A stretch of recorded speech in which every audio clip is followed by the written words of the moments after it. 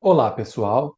Nesse vídeo eu vou fazer uma introdução aos doseamentos físico-químicos. Vou falar um pouco sobre os padrões, vou falar um pouco sobre o preparo da amostra e os cálculos de tomada de amostra, os cálculos do doseamento em geral, tudo isso de maneira muito rápida. Então, o que é o doseamento? Doseamento é aquele procedimento que a gente tem nas monografias farmacopeicas, onde a gente vai determinar o teor de uma substância em matérias-primas e produtos acabados. Então, como eu disse, lá na seção de doseamento da monografia, você vai encontrar o método para o doseamento, mas esses conceitos vão ser utilizados também nos testes de uniformidade de conteúdo, substâncias relacionadas e produtos de degradação, e também para a determinação da porcentagem de cedência nos testes de dissolução.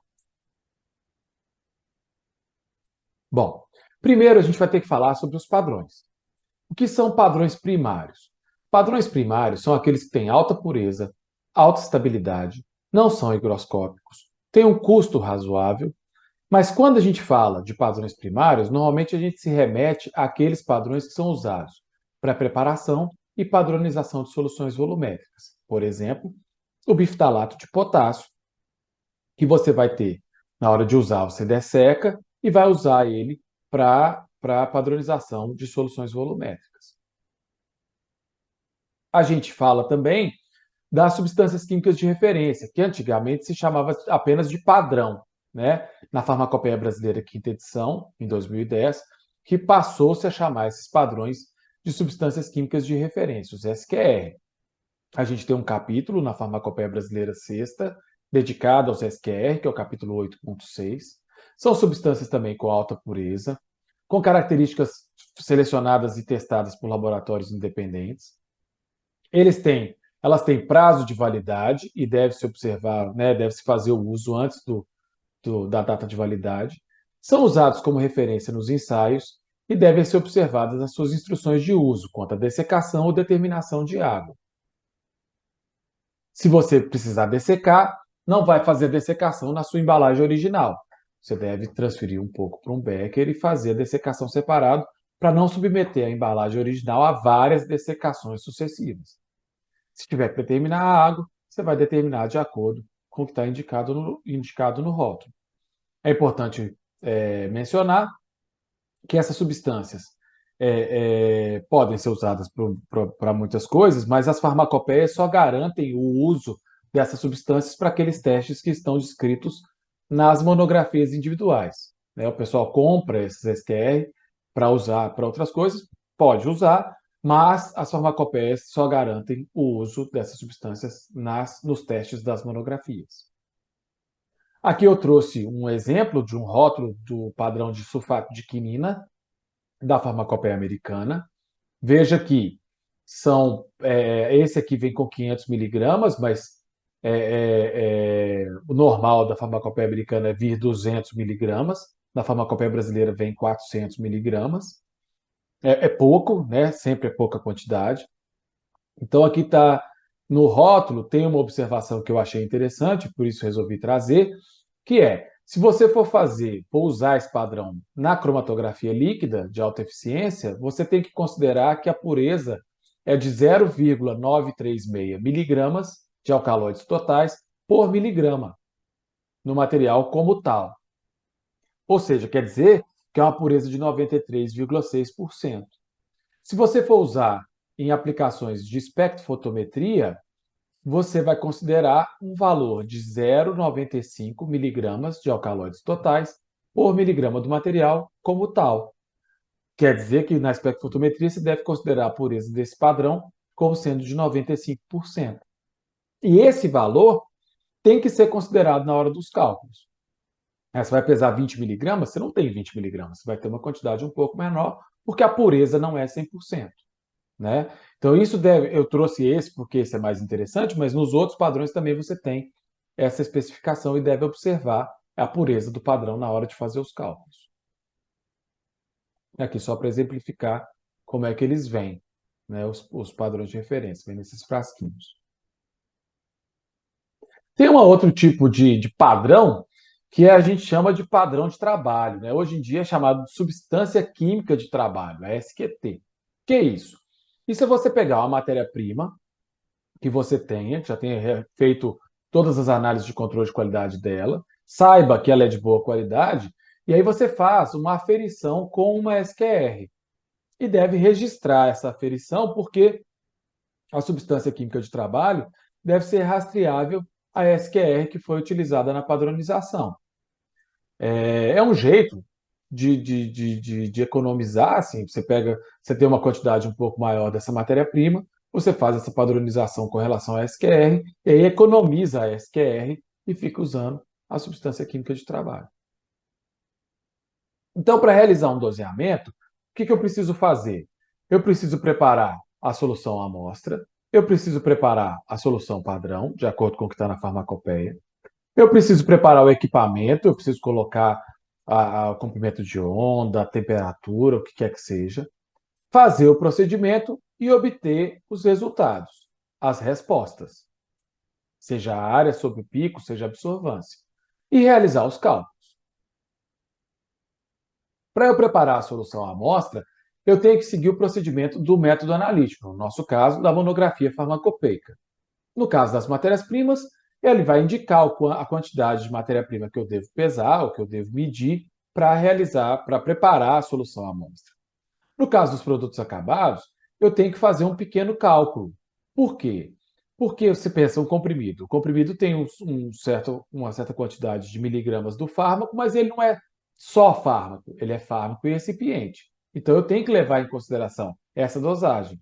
Se eu for trabalhar com uma solução oral, ela tem uma concentração em miligramas por ml do fármaco dentro dela. Eu tenho que saber qual é o volume que eu vou pegar daquele medicamento para ter a quantidade de miligramas, para ter a massa do fármaco que a farmacopeia me manda. Eu vou dar alguns exemplos sobre isso.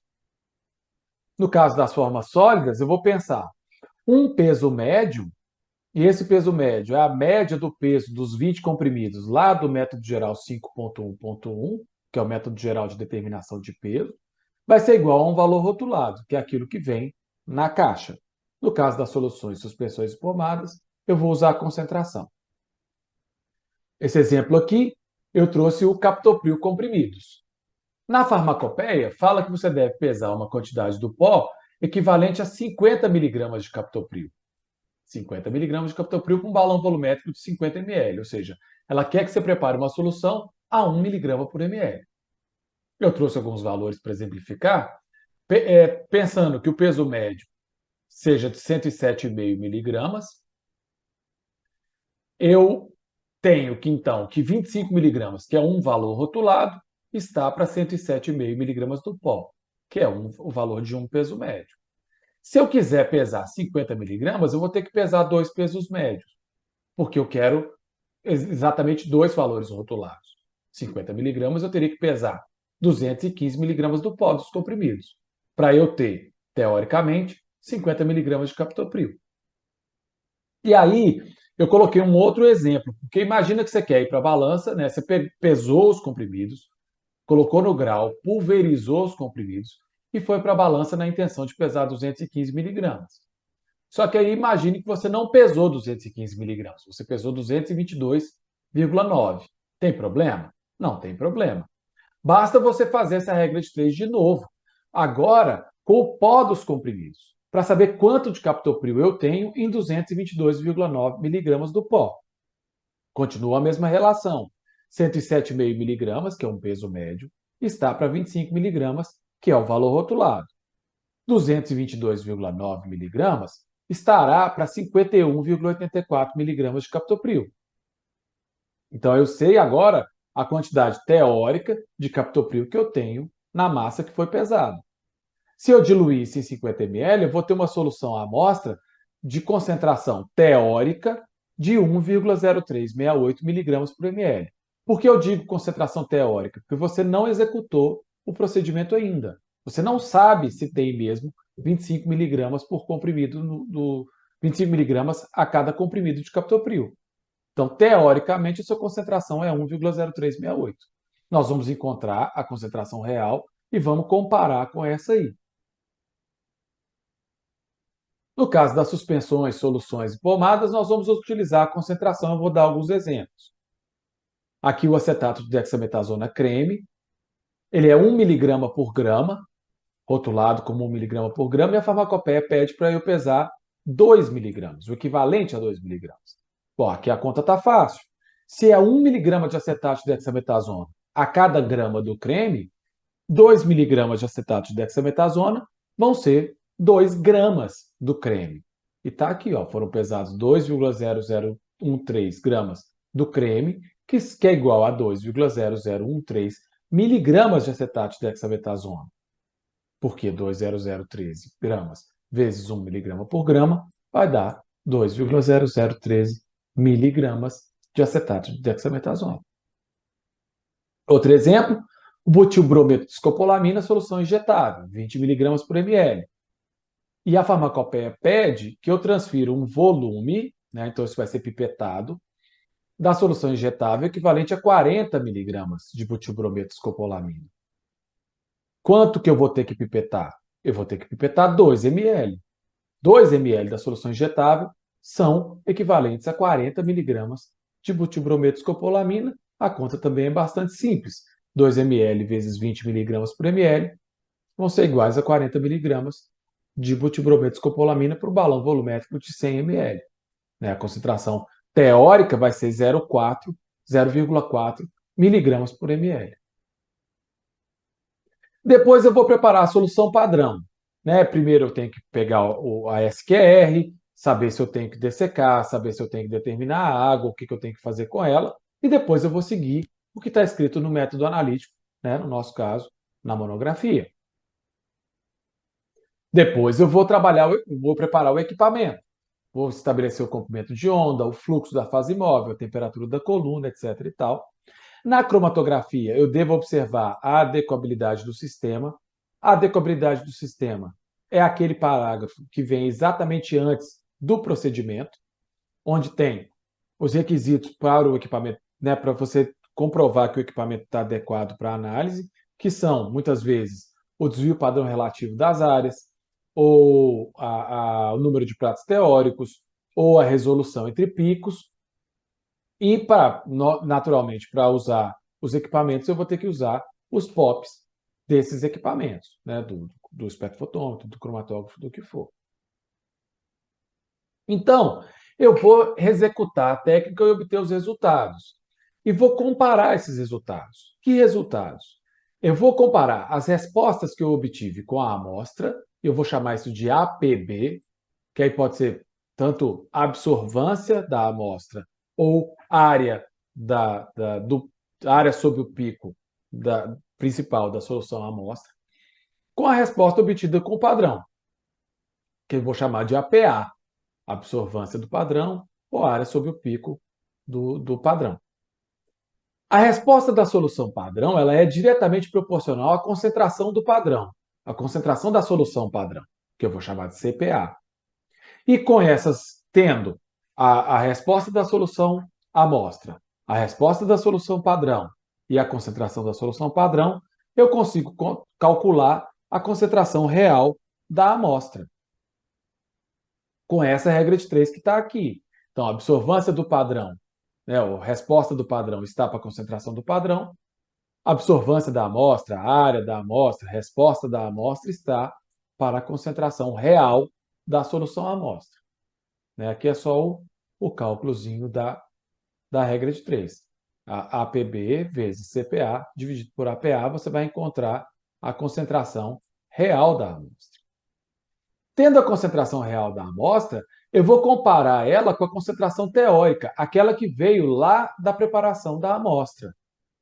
Então, para calcular o teor, deve-se calcular a concentração teórica da amostra, que é aquela que você tem lá da sua preparação. Essa você vai considerar que ela tem 100% do analito. E para isso você vai levar em consideração a quantidade de amostra que você pesou, que você mediu e as diluições que foram realizadas. O teor vai ser calculado como? A concentração teórica da amostra ela é 100% do valor rotulado. E a concentração real seria o X. Ou, se você quiser usar essa fórmula, a concentração real dividido pela concentração teórica vezes 100 vai te dar a porcentagem, o teor em porcentagem do valor rotulado. Você vai expressar isso em porcentagem do valor rotulado e vai expressar isso em quantidade, em miligramas por ml, miligramas por comprimido, miligramas por cápsula, fazendo uma outra regra de 3, em que você vai considerar o valor rotulado como sendo 100% e o teor que você encontrou como sendo X%. Né? Então você diz, contém tantos por cento do valor rotulado ou tantos miligramas por comprimido, tantos miligramas por cápsula do fármaco. Ok? Era isso, eu espero ter ajudado.